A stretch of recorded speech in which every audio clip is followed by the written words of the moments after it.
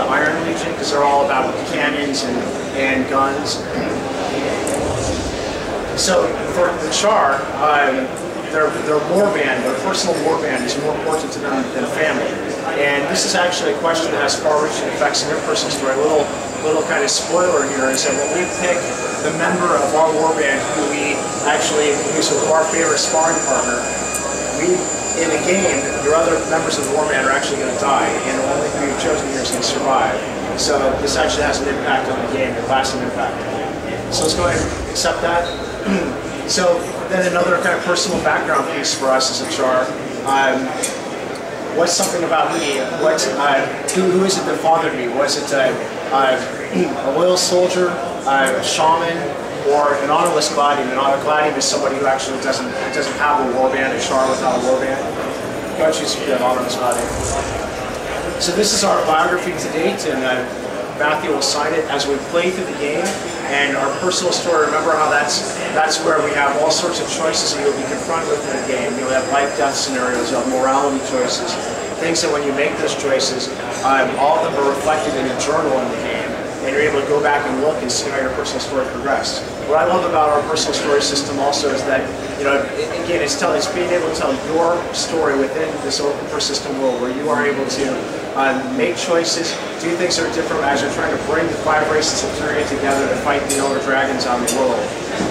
The other thing going on is that our story is going to branch. My story and your story is going to be completely different. After we play the game for 10, 20, 30, 40, 50 hours, and we go and we look at the journal of a friend, or what experiences have you had out there, in your story, then we're going to branch and be very different. Of course, we'll branch if you choose different races, but even within your race, you're going to make different choices and have really different conclusions.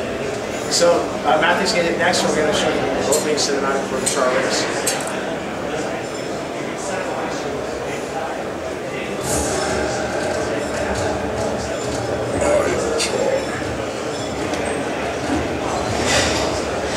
This world of constant battle, I am the deadliest rebel of all. I respect no authority, but the clenched fist of language.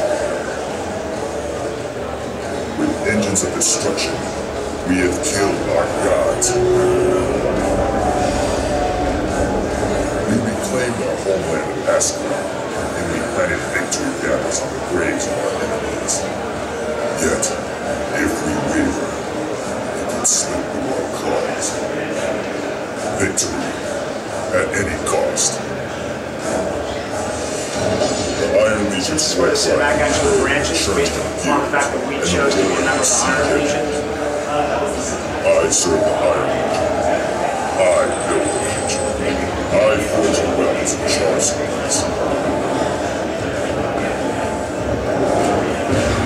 I've earned the respect of my comrades, and forged alliances I can call on return. My Legion values innovative solutions, efficient execution. Like our skill, we do not forget. Centuries ago, humans stole Ascalon from the Iron Legion. They have paid for that crime in blood, but the usurpers fight us even in death. Today, the combined armies of the Black Citadel will assault the ghosts that plague Iron Legion territory. I've been assigned to reinforce the bulwark. Let the Ash Legion strike in the shadows, let the Blood Legion die in the field. We're going to run through here and we'll see that this is actually an area called Smokestead, a town right outside of Black Citadel, the Char's major city. And about 200 years ago, the Char came down into this area and we're trying to take back their ancestral lands, and we're trying to overthrow the humans who had held the city of Ascalon. And the Char were just about to take over the city, and in desperation, the king of the humans, King Alburn, unleashed a foe fire that killed all the Char in the area, but it also cursed all the humans and brought them all back as undead ghosts. And so there's undead ghosts that infest this area all around the Char city, and of course they hate that. So we're out here trying to fight back these undead ghost humans.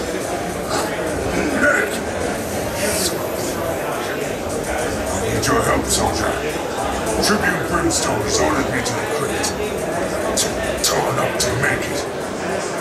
What's so important that luggage and Tribune is there?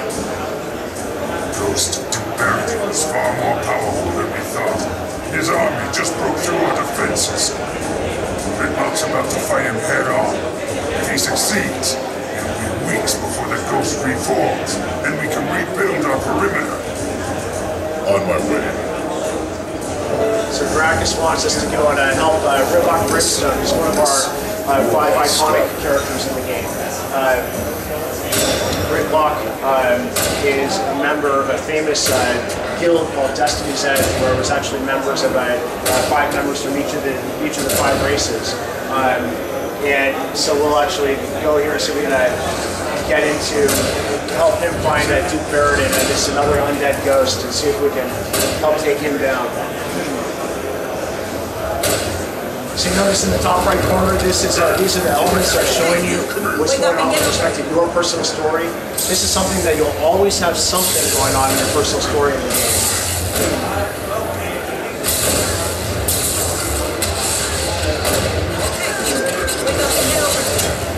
So notice here, Matthew actually just started using his net shot. I didn't tell you about this before, but we actually changed up just recently. We're always iterating on the game. We're in development, so we're always making changes and trying out new things. We actually changed up the way that you open up skills in the game. Previously, of course, the weapon you hold determines the skills that you have. When you have a weapon and you just first get it, you actually just have your first skill open, and as you use it, you're going to get better at it, and you're going to learn new skills, you're going to learn how to use it better. So Matthew was actually able to, over time, open up net shot, and you can see he's already working on a 3rd skill here, and over time that will open up as he uses it more.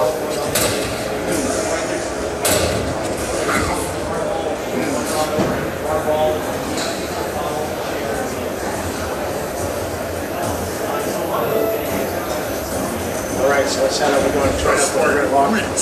You go on, I'll be right behind you. When we get into other combat, I do want you to pay attention to all the dodging that can occur, or that does occur. When you dodge, we actually changed up some mechanics as well from the recent build too, to make it such that dodging is even more impactful than it was before. Before, if arrows were coming at you, you could dodge out of the way of them. Now we make it so it's even better, even with melee attacks, where dodging can actually make you invulnerable for a split second, and it really kind of makes that dynamic element of combat, and really brings it to the front. You have to be completely on your toes. This is about positioning and action orientation. It's not your typical MMO where you're sitting back and just pressing the 1 key and standing still at your spell casts. You're actually in the thick of it.